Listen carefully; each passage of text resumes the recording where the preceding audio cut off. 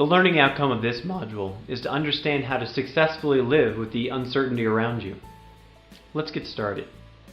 We're going to talk about the action steps to successfully live with the uncertainty around you. The first thing is to understand your tolerance. It's been said that uncertainty is the only certainty there is. That's comforting, isn't it? As organizations or groups or projects become more complex, they also become more ambiguous. Uncertainty is just a simple fact of life. And your success is going to often depend on your ability to take in the information available to you and act decisively, even if you don't know everything that you want to. The first step in doing this is to understand your own comfort level with uncertainty. Some people love it, but if you were one of those people, you probably wouldn't be listening to this right now. You probably would be looking at other things in Better on Demand. So it's really crucial to understand your level of uncertainty tolerance so that you can overcome it. If you listen to the following statements, and if you strongly agree with any or all of them, it's likely that you have a low tolerance for uncertainty.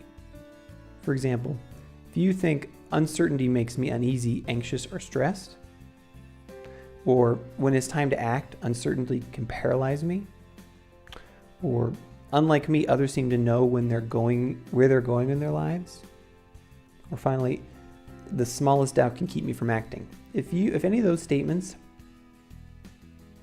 if you strongly agree with any of those statements, you probably have a low tolerance for uncertainty. But never fear, because even if you have a low tolerance, there's still ways that you can move forward and build this muscle.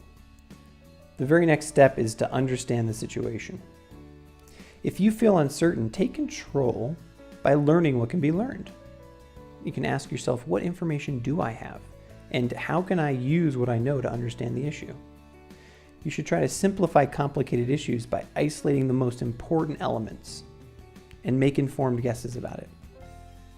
Once you've collected as much information as possible on an issue, define it. Take that information and actually give shape to the issue and start to have it make sense for yourself. What is it, you can ask yourself, what is it you're trying to accomplish? And you can, as you're taking shape of this information that you have, list the common themes you see. As you do this, look at the information you have and see if there's anywhere that the information disagrees with itself. And if you do see some disagreement, decide which information is what you're going to believe. Which information do you believe is more credible? Now, once you've done this, ask yourself, what are some of the things that you notice about what you've put in front of yourself that you didn't notice before? And also, do I have any biases that could be affecting how you're seeing the information that you're looking at right there? The next step is to identify what is in your control. Uncertainty can be troubling because it prevents us from being in control of our lives. You feel out of control. That's one of the classic signs of feeling uncertain, right? To fight this feeling, you can focus on what it is you can control. It's very, very easy to awfulize and conclude that there's nothing you can do about your situation. It's easy to complain about it. It's easy to just sort of throw in the towel. But you should challenge yourself to come up with at least 5 things that you have control of that can improve the situation you're feeling. Another challenge is to ask yourself, if I'm worried about this, what is absolutely the worst thing that can possibly happen? Because we tend to, again, awfulize things. And, things that very often we find things that we seem like doomsday end up being, not so bad, even if the worst thing that could happen would happen. We tend to be highly motivated as people to avoid risk and think of the dreaded what if scenarios.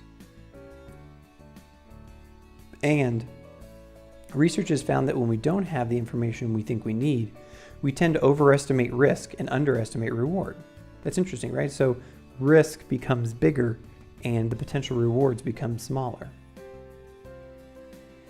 The simple act of catching yourself in this thinking can be very powerful because you can challenge yourself to look at the situation much more positively and really focus on what potential rewards are and potentially minimize those risks in your brain. A next thing that you can do to help with your uncertainty management is practice being scared. you could do at least one thing per week that scares you just a little bit. Like volunteer for a project you're not 100% confident you know how to do, or introduce yourself to someone new at a networking event, or tell a joke or a story to a large group of people. These types of things, that give you a little bit of fear or a little bit of uncertainty will actually, again, it's practice building that muscle. And as you build that muscle over time, you're going to feel more and more comfortable in these situations. And you might make some mistakes along the way. That's totally okay, because remember, if you're not failing, you're not trying hard enough. It's that simple. If you never fail, then you're not putting yourself out there. You're really not going for it. Finally, you need to manage your anxiety. It's common to become anxious or stressed during times of ambiguity or times of uncertainty. So it's crucial to take good care of yourself to counteract any physical effects of stress that you might feel, like muscle tension or stress hormones or high blood pressure, these kinds of things. You really want to make sure that you have a stress management technique that works for you and is really able to either remove or mitigate the physical outcomes of stress, and that you should practice them regularly. We hope that you found this section on uncertainty useful. Remember, there's a complete transcript of this video below, and there are downloadable takeaways that you can use offline. Also, please take a moment to give us a comment about how you're managing uncertainty better today. Or leave us a comment about how we can make this section better. Thanks.